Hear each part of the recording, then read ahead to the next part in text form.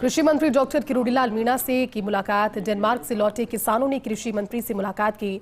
पंत कृषि भवन में डॉक्टर किरोड़ीलाल मीणा से मुलाकात उनकी रही। कृषि मंत्री डॉक्टर मीणा को डेनमार्क में किए गए अध्ययन की जानकारी दी। 6 दिवसीय दौरे के बाद 38 किसानों का ये दल अब जयपुर लौटा है। इस दौरान फर्स्ट इंडिया ने भी खास बातचीत की, सुनवाएंगे आपको।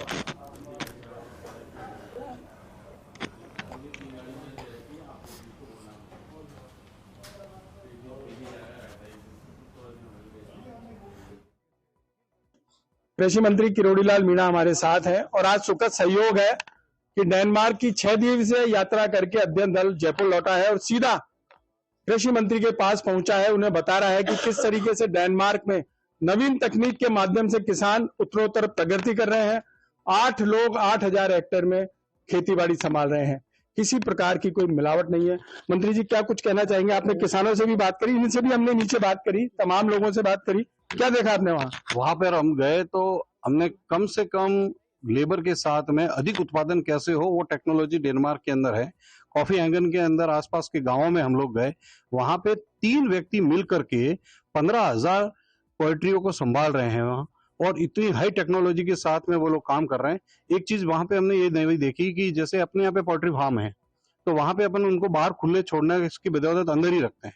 वहां पे उन्होंने बड़े बड़े खेत के अंदर पोल्ट्री फार्म को बनाया है और खुले वो मुर्गे सारे घूम रहे हैं वहां पे, और बाहर से लोमड़ी ना आए उसके लिए बाहर एक इलेक्ट्रिक करंट दे रखा है, और उनका टाइमिंग सिस्टम के अकॉर्डिंगली वो लोग पर डे 15-15 हजार मुर्गियों के अंडे ले रहे हैं। देखिए, नर्सरी आपने देखी, रोबोटिक नर्सरियां किस तरह की थी और किस तरीके से पानी दिया जा रहा था?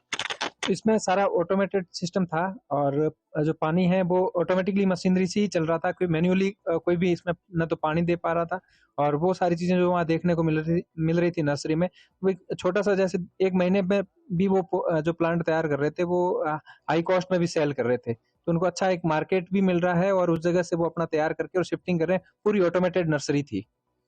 मंत्री जी, आपने बात करी किसानों से, आपको भी अच्छा लगा? 5 मिनट की बात हुई है, पर ये कह रहे हैं कि वो जो है वहाँ एक अनुशासन अच्छा है, देश के प्रति उनका भाव है। भाव तो अपने यहाँ भी है, लेकिन अपने यहाँ तो जो अनुशासन तोड़ता है वो बड़ा आदमी बन जाता है ना। कोई नेता किसी का चांटा मार दे तो पूजा जाता है, वहाँ ऐसा नहीं है, संस्कार है। और जैसा इन्होंने कहा, वो प्रकृति के नजदीक है, प्रकृति से जुड़े हुए हैं। और आपने पूछा ही है कि अपने यहाँ तो कितनी मिलावट अभी पकड़ रहे हैं, दीपावली से पहले कितना माल को फिकवा रहे हैं। तो देखो, देश का करैक्टर में फर्क पड़ता है, तो ये ऐसी चीजें आती हैं। हमको भी करैक्टर बिल्डिंग ऐसी करनी पड़ेगी जैसे और जगह है। हमारे यहाँ भी दूध दही की नदियाँ बहा करती थी, एक समय ऐसा था जब एकदम प्योर होती थी। अभी वहाँ जाके आए तो ये कह रहे हैं हमें तो पानी की बोतल ही नहीं दिखी। अपना जो वहाँ जितना भी वाटर सारा शुद्ध है उसको पी रहे हैं।